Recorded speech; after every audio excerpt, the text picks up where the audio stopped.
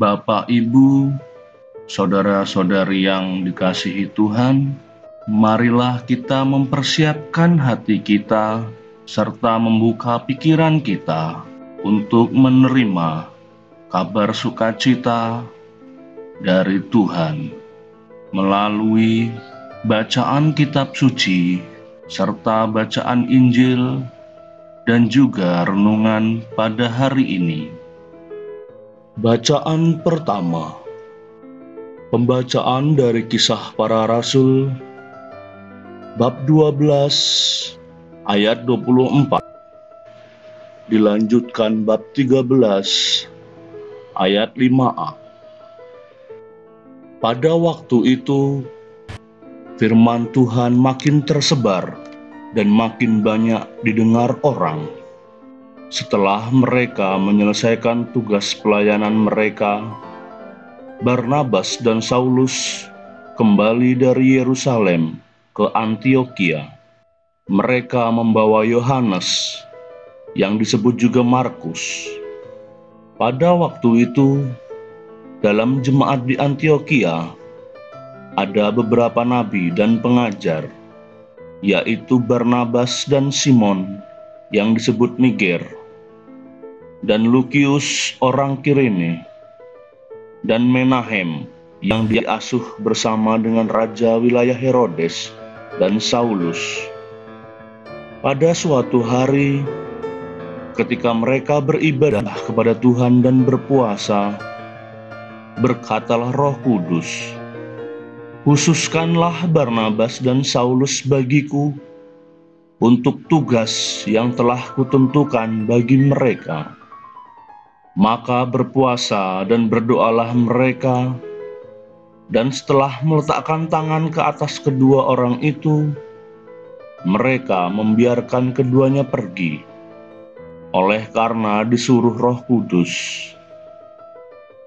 Barnabas dan Saulus berangkat ke Seleukia, dan dari situ mereka berlayar ke Siprus. Setiba di Salamis, mereka memberitakan firman Allah di dalam rumah-rumah ibadat orang Yahudi. Demikianlah sabda Tuhan. Syukur kepada Allah. Tuhan beserta kita sekarang dan selama-lamanya.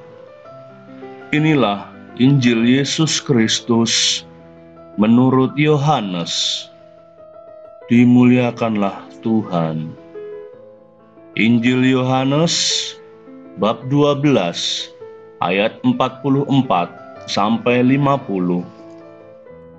Sekali peristiwa, Yesus berseru di hadapan orang-orang Farisi yang percaya kepadanya, "Barang siapa percaya kepadaku, ia percaya bukan kepadaku, tetapi kepada Dia yang telah mengutus aku.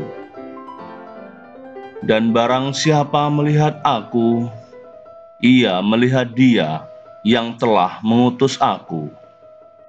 Aku telah datang ke dalam dunia sebagai terang, supaya setiap orang yang percaya kepadaku jangan tinggal di dalam kegelapan.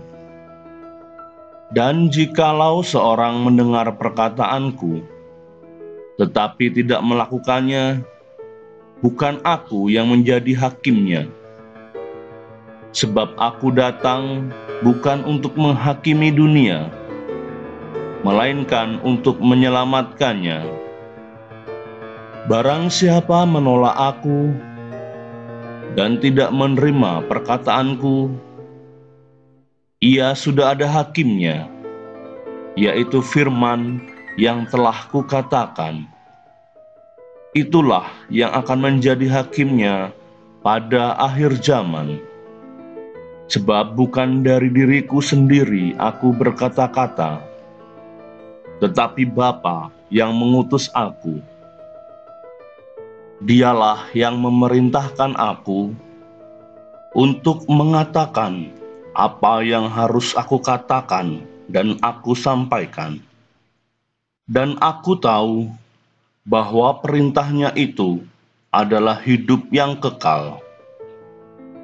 Jadi, apa yang aku katakan, aku menyampaikannya sebagaimana yang difirmankan oleh Bapa kepadaku. Demikianlah Injil Tuhan.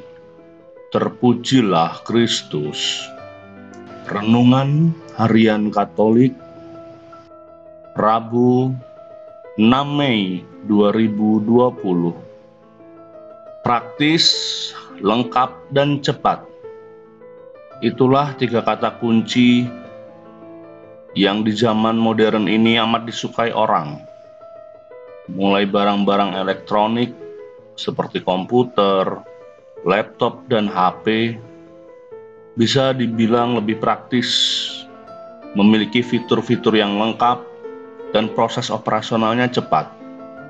Fisik barangnya kecil, namun memiliki kemampuannya yang hebat.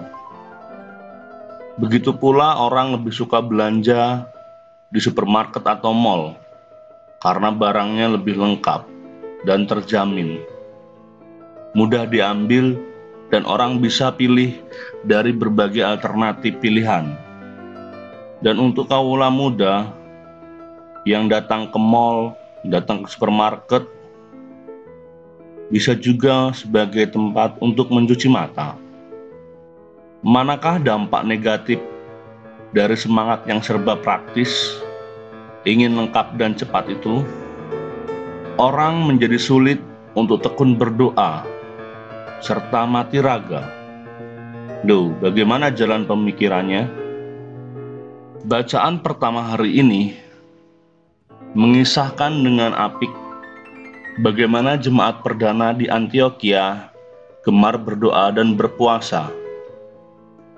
Justru saat berdoa dan berpuasa itulah Tuhan mengutus Barnabas dan Saulus untuk karya misi pewartaan Injil ke segala bangsa. Dengan doa dan puasa, mereka menjadi komunitas yang subur dalam iman dan kesaksian. Komunitas yang siap untuk diutus. Berdoa selalu membutuhkan waktu, jadi tidak bisa praktis. Apakah ada orang yang berdoa sambil mulutnya menggigit kerupuk atau mengulum permen? Loh, aku kan berdoa sambil bekerja. Atau ada orang yang berdoa sambil memandang kemana-mana, mencari-cari kenalan, atau teman yang tidak datang berdoa. Berdoa juga tidak bisa cepat-cepat, karena berdoa itu bukan hanya soal memejamkan mata dengan tangan terkatup, tetapi masalah hati dan perasaan, serta pikiran yang memerlukan waktu untuk hening dan konsentrasi. Lalu berpuasa atau bermati raga itu berarti menahan diri kita untuk tidak melakukan ini dan itu yang sebenarnya ada dan tersedia di sekitar kita. Berpuasa dan bermati raga itu memiliki cara hidup sederhana, seadanya, dalam arti secukupnya, tidak harus lengkap. Marilah kita hati-hati dengan mentalitas serba praktis, serba lengkap, dan serba cepat.